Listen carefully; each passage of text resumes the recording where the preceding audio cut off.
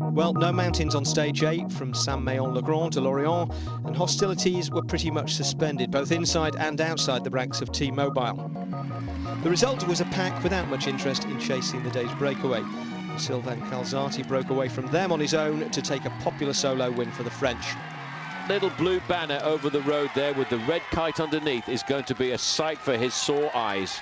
Well, Saint-Méen-le-Grand is where Bobet comes from, where we started today, and in fact he was a brilliant cyclist. He won the Tour de France 3 times.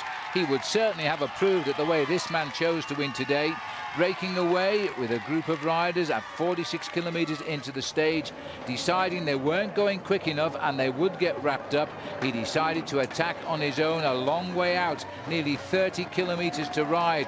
And then the field realized they couldn't organize themselves and they couldn't catch him. Sylvain Calzati may have won one bike race in his life. It was the overall classification. Now he's about to have, in effect, his first ever big win, and he's chosen stage 8 of the Tour de France. You see that, Phil, a real professional look back, just to check, although he's had the time gaps, although he's been told it's 3 minutes, he wanted to make sure nobody was coming back. Listen to the crowd. He abandoned in pain on stage 8 of the Tour last year. Now he's winning a stage of the Tour de France, and it's France's second stage win.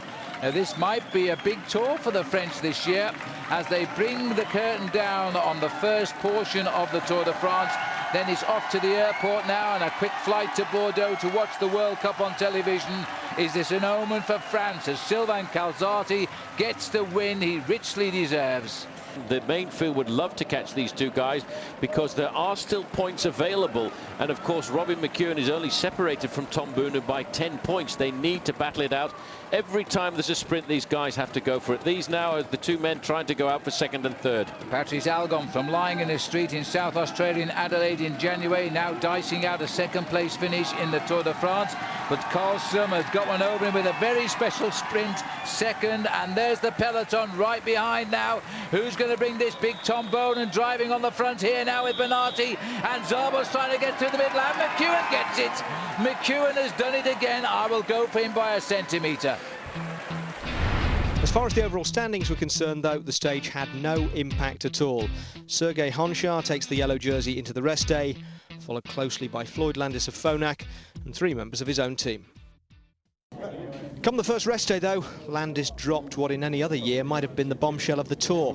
Phonak's American leader, wearing a borrowed suit for the occasion, called a press conference to announce that he was having hip replacement surgery. Not before the end of the race, it wasn't quite that big a bombshell, but as soon as practicable after it. In the meantime, he was gritting his teeth and getting on with it. The only problem with the hip is when it hurts too much that I can't use it anymore. At some point it'll have to be replaced. Using it doesn't in any way increase the chance that it will be unusable later. It's already ruined.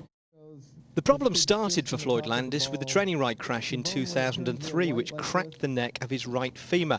Despite a couple of surgeries since, which have left his right leg 2 centimetres shorter than his left, the blood supply has never properly returned and the hip joint is effectively dead. It's apparently the reason for his unusual time trial position, which alleviates a little of the pain. Climbing is troublesome too. In fact, pedalling at all comes at a cost, but there's no hint of any preemptive excuse-making from Landis. No, I'm riding at 100% of what I can do. I can't say what would happen if I had a different hip. It doesn't matter. It's not one of my choices. So there's some pain. It's hard to quantify what pain is. It's hard for anybody to understand what someone else is going through. I wish it wasn't there, but I don't think that in the middle of a race, when everybody's in pain, not from same condition obviously, but just from the race itself, I can't say that it has any effect on the way I race or when I decide I can't go anymore.